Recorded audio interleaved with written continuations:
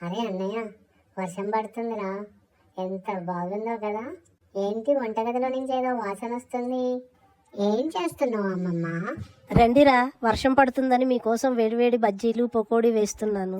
అమ్మమ్మ అమ్మమ్మ, ఒక మంచి కథ చెప్పవా ప్లీజ్? అలాగే నాన్న, ఇక్కడ వచ్చి కూర్చోండి, మీకు ఒక మంచి కథ చెప్తాను. ఒక ఊరిలో ఒక అందమైన పిల్ల ఉండేది. తన పెద్దల పట్ల గౌరవంతో చాలా సున్నితమైన మనసు కలిగిన పాప. ఆమె పేరే అమ్ము. ఒకరోజు స్కూల్ నుంచి వస్తున్నప్పుడు ఒక ముసలాయన ఒక పెద్ద మూట భుజంపై వేసుకుని రావటం గమనిస్తుంది అమ్ము. అప్పుడు ఆ ముసలాయన దగ్గరికి వెళ్ళి అమ్ము అంటుంది, తాతగారు, నేను మీకేమన్నా సాయపడగలనా? ఇంత పెద్ద వర్షంలో ఎట్లా మోస్తున్నారు దీన్ని అని అడుగుతుంది. సరే నాన్న, అక్కడి దాకా కొంచెం చేతి సాయం చేయగలవా అని అడుగుతాడు తాతయ్య. సరే తాతగారు అనుకుంటూ ఇద్దరు నడుచుకుంటూ వెళ్ళి గమ్యానికి చేరుకుంటారు. అప్పుడు తాతయ్య జేబులో నుంచి డబ్బులు తీసి అమ్ముకిస్తాడు. అమ్ము నవ్వి,